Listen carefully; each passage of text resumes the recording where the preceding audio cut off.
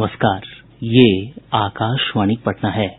अब आप अभिषेक दास से प्रादेशिक समाचार सुनिए। पहले मुख्य समाचार। केंद्र सरकार ने तबलीगी जमात से जुड़े 960 विदेशी नागरिकों की भारत यात्रा पर 10 साल का प्रतिबंध लगाते हुए काली सूची में डाला।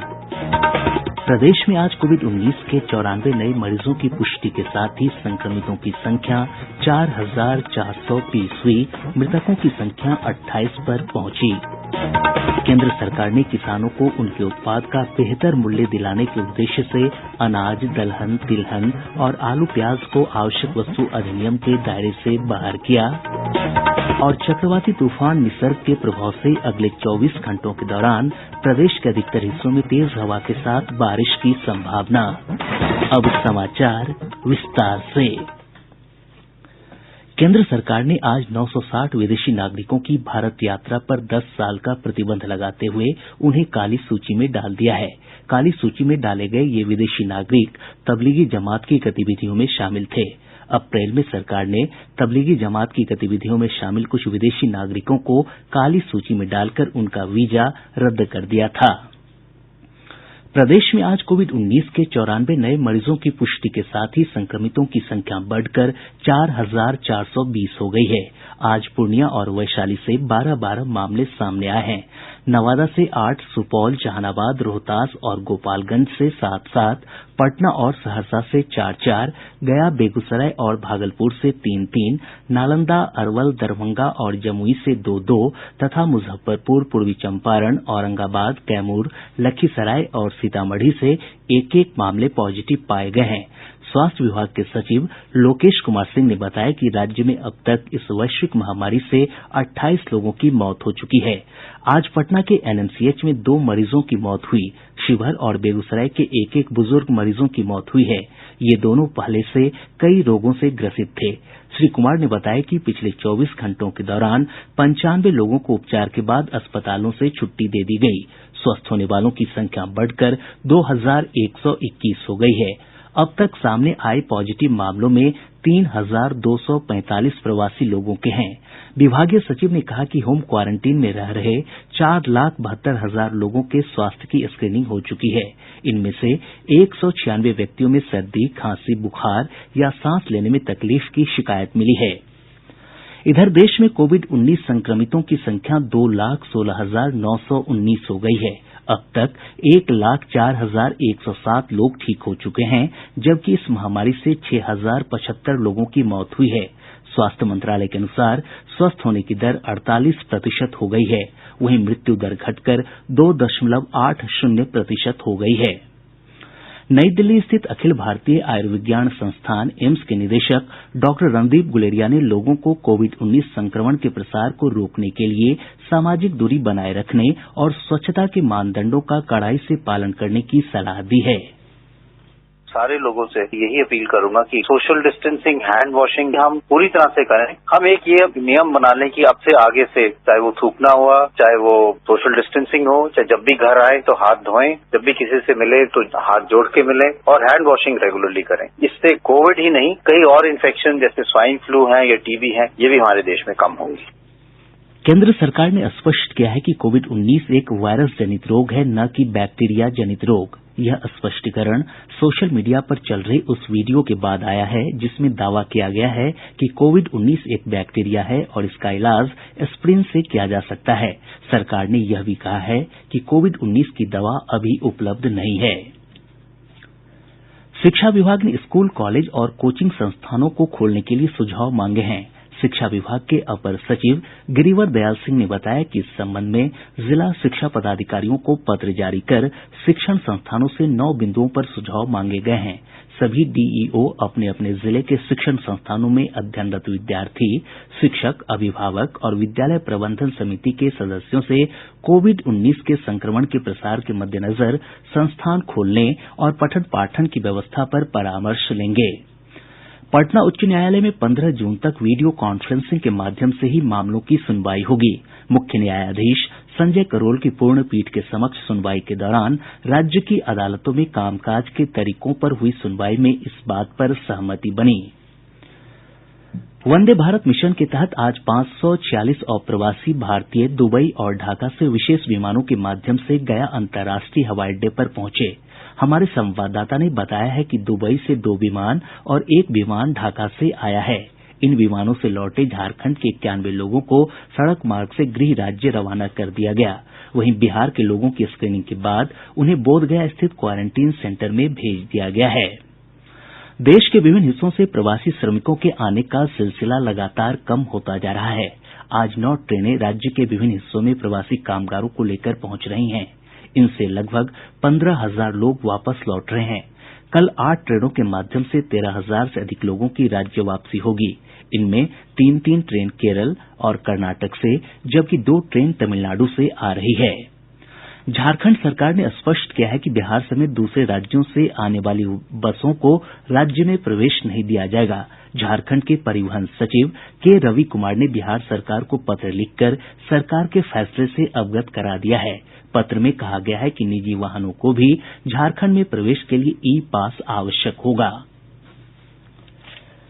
प्रदेश में लॉकडाउन के 5वें चरण के तहत नियमों के उल्लंघन के मामले में अब तक 12 लोगों को गिरफ्तार किया गया है, जबकि 9 प्राथमिकियां दर्ज की गई हैं। पुलिस मुख्यालय से प्राप्त जानकारी के अनुसार 2,516 वाहन जब्त किए गए हैं, जबकि 89 लाख रुपए से अधिक की राशि जुर्माने के रूप में वसूली गई है।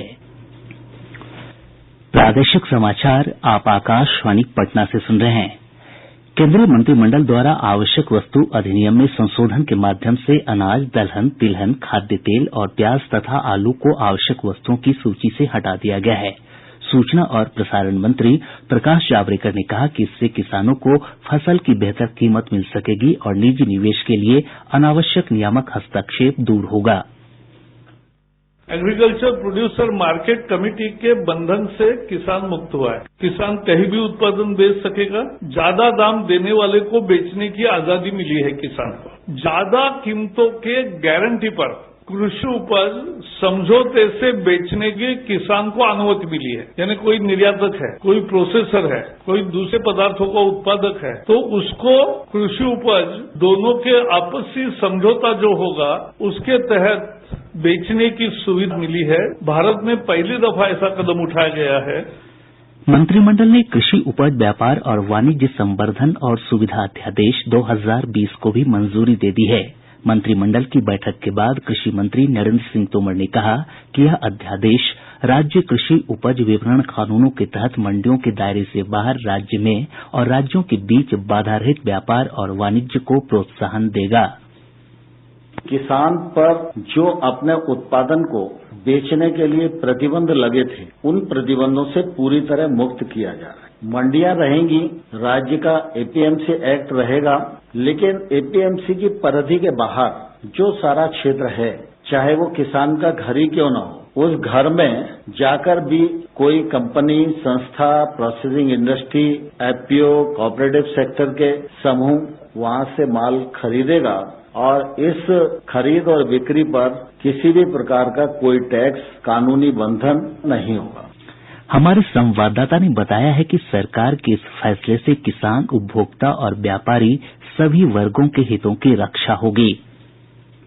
सरकार ने आवश्यक वस्तु अधिनियम में संशोधन कर नियंत्रण से संबंधित नियमों को उदार बनाते हुए उपभोक्ताओं के हितों की रक्षा भी सुनिश्चित की है। संशोधन के तहत यह व्यवस्था की गई है कि अकाल, युद्ध, कीमतों में अप्रत्याशित वृद्धि और प्राकृतिक आपदा जैसी परिस्थितियों में इन कृषि उपजों की कीमतों को नियंत्रित किया जा सकता है।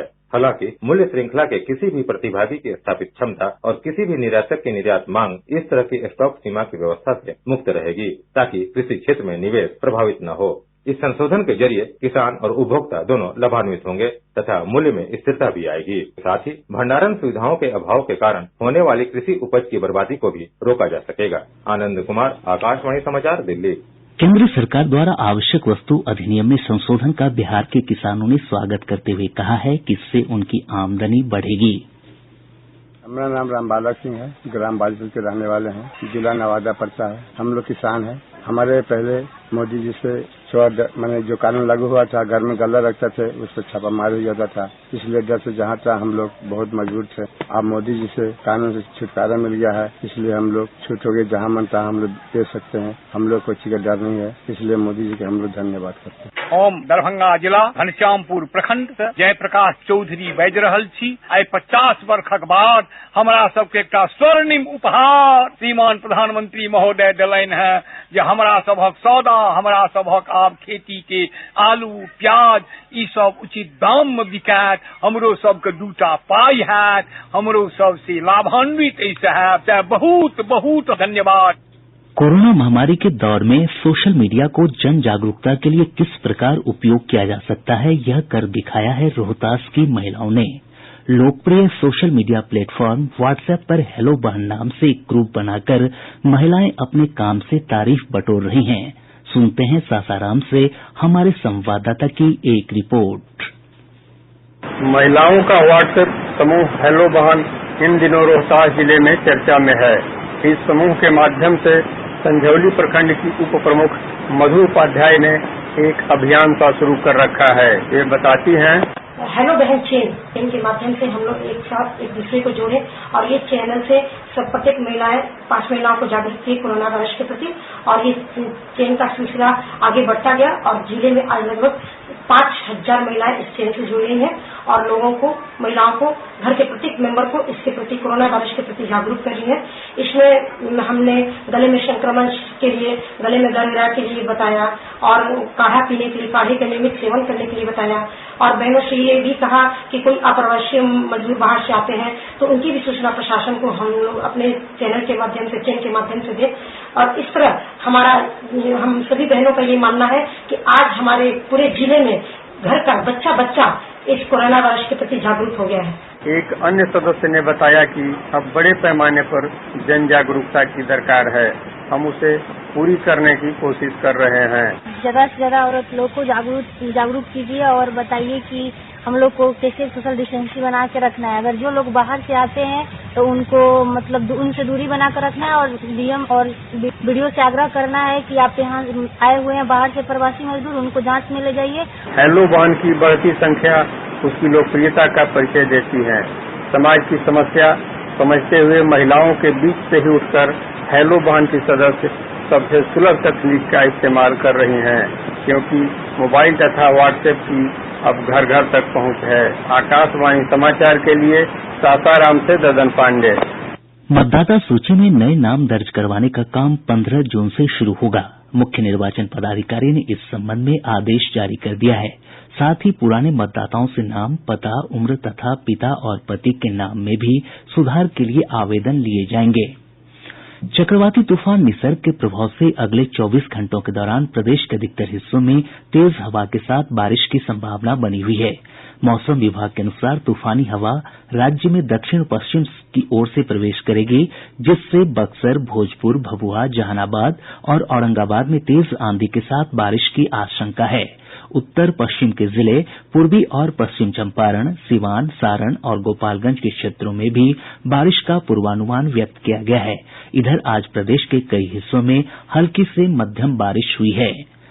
भाजपा महिला मोर्चा की अध्यक्ष लाजवंती झा और पार्टी के प्रदेश प्रवक्ता अरविंद सिंह ने कहा है कि प्रधानमंत्री नरेंद्र मोदी के नेतृत्व में देश लगातार आत्मनिर्भरता की ओर बढ़ रहा है। पार्टी नेताओं ने कहा कि कोरोना संकट के समय सरकार ने जिस तरह आम लोगों की मदद की है, उससे विश्व स्तर पर देश की अलग छवि बनी है। और अब अंत में मुख्य समाचार एक बार फिर। केंद्र सरकार ने तबलीगी जमात से जुड़े 960 विदेशी नागरिकों की भारत यात्रा पर 10 साल का प्रतिबंध लगाते हुए काली सूची में डाला। प्रदेश में आज कोविड-19 के 94 नए मरीजों की पुष्टि के साथ ही संक्रमितों की संख्या 4420 हुई, मृतकों की संख्या 28 पर पहुंची। केंद्र सरकार ने किसानों को उनके उत्पाद का बेहतर मूल्य दिलाने के उद्देश्य से अनाज, दलहन, तिलहन और आलू प्याज को आवश्यक वस्तु अधिनियम के दायरे से बाहर किया।